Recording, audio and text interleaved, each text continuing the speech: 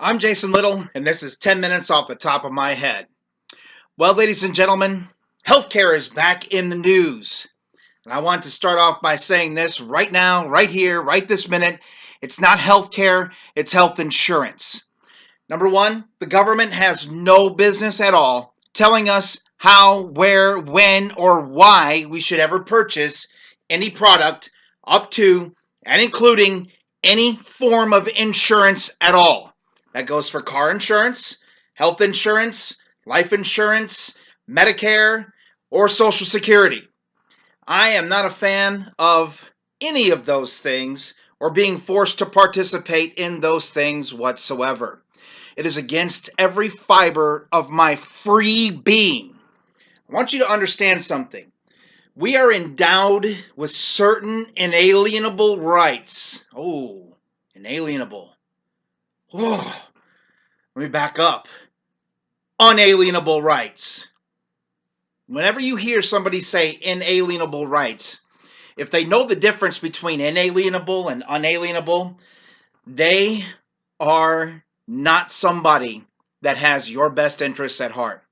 If they're like most of Americans and they have no idea the difference between inalienable and unalienable, then you can kind of give them a pass. But let me explain it to you very, very quickly because I've got a lot more to talk about. All right, so inalienable means that I have rights, certain inalienable rights that I have from God, and that I enter into a contract with my government to give up certain rights to the sovereign, the president, the government as a whole, whatever the case may be. When these things were being hashed out centuries ago, it was the king. I give up my rights to the king by contract for safety, for peace, for protection, for whatever the government might provide to me. Unalienable rights are rights that I cannot be alienated from. Rights which I cannot give up whether I want to or not. I can't give them up to a king. I can't give them up to a president, to a Congress, to a country, to a governor, to a state. Nobody. Nobody can take away my rights. In this country, ladies and gentlemen, we have unalienable rights given to us by God. And that's the way that it is. That's the way that free people should be living and enjoying their freedom. Among these, the Declaration of Independence tells us is the right to life, liberty, and the pursuit of happiness. Now, unalienable rights gives us absolute freedom from God, not from man. The government does not absolutely grant a single right. They're in the position to protect our rights. They're not in the position to grant our rights. They're in the position to ensure our rights, but never to grant our rights. I do not derive a single right from this government of the United States or any government in the world. Now, using that as a premise, I am not, and you are not a subject of the government of the United States of America. We are not subjects. So let me ask you a question. Paul Ryan, Mike McCall, and all the rest of you bozos in Congress who are jumping at the chance to join into this healthcare bill, which is really a health insurance bill. Why are you treating me like a subject? I'm not a subject of the United States of America, baby. I'm a citizen. It's about time that we started acting like citizens. I can't see my clock, so I got to move this over just a little bit here. Maybe just there. Okay, I got 6 minutes left. Why are we acting like subjects? Why are we being treated like subjects? I urge you right now to pause this video and write your congressman and tell him that you absolutely 100% reject this sorry excuse of healthcare reform. And it's not healthcare reform, by the way. It's health insurance reform. I want to give you a couple of things to think about. Number one, before Obamacare, we have the absolute greatest healthcare system that the world had ever known. We had the greatest doctors, the greatest hospitals, the greatest advances in medicine.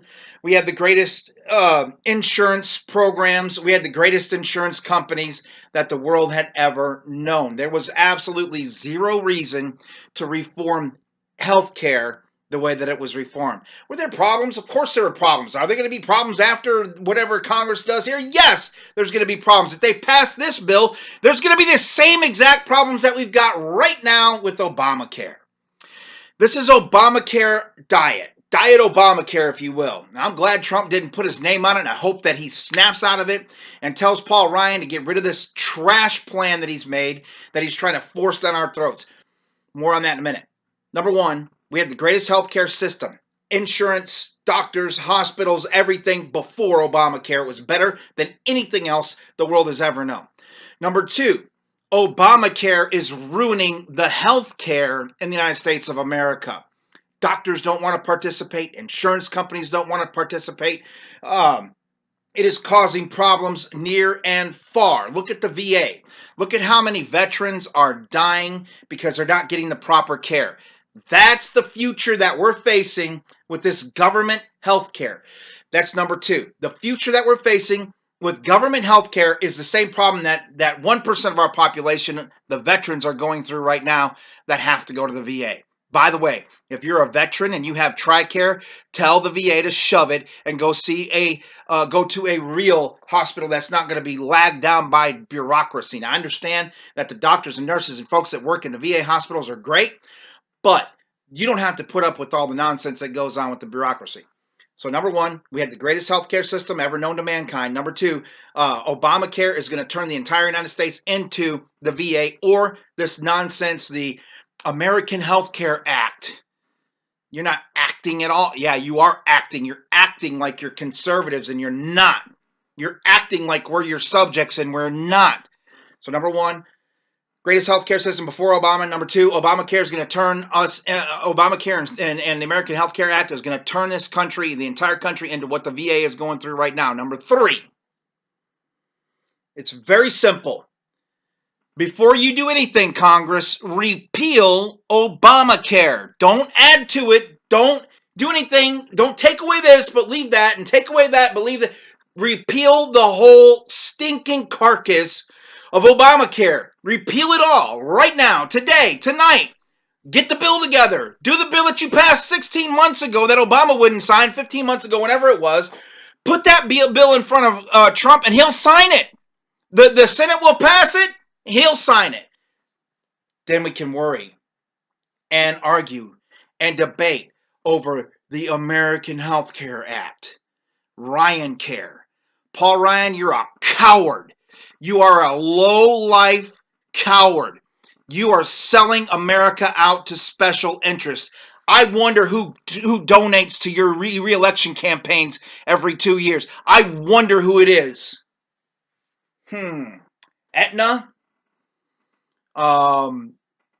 Blue Cross, Blue Shield, I don't know all the other big insurance companies, you know them, Cigna, whatever. Those are the guys donating to this punk. They've got their hands all up in his pocket. Have to be.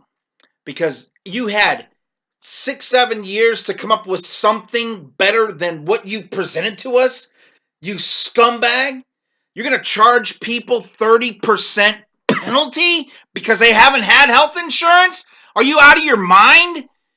Oh, this has got me fired up, people. I'm not your stinking subject. I'm a citizen of this country. Now check this out. Think about this. Got to check my time here. Okay, got 1 minute. Think about this. The hospital, you go into the hospital, you have to stay there. They have to give you an aspirin for whatever reason.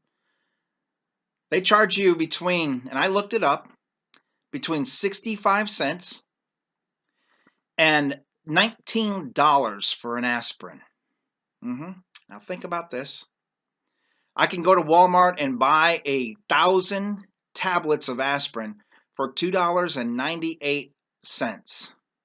That makes the cost of those aspirin that I can buy at Walmart 0.002987, I believe, cents. Call it 0.003 cents a piece. Think about that. And they're charging you between 65 cents and $19. If we had a true free market, there would be hospitals out there charging you 10 cents for an aspirin, 2 cents for an aspirin, and they'd be competing against each other. Now, that goes for everything across the board. X-rays, surgeries, blood. You know, blood is all donated, and they charge you a boatload of money. I think it's $400 a pint for blood that is donated by people. Craziness. Anyway, my time is up. I'm going to get this up onto YouTube and Facebook as fast as possible. Meanwhile, check out right here. There's going to be a video, another video that you can watch. Check out over here. There's going to be another video you can watch, and maybe one right up here. And please like and subscribe this video. And God bless y'all. See you on the next one. What? You're still here? I thought I pushed stop, but I didn't. I just took a picture, and then I had an itch right there. Anyway, like and subscribe. Thank you.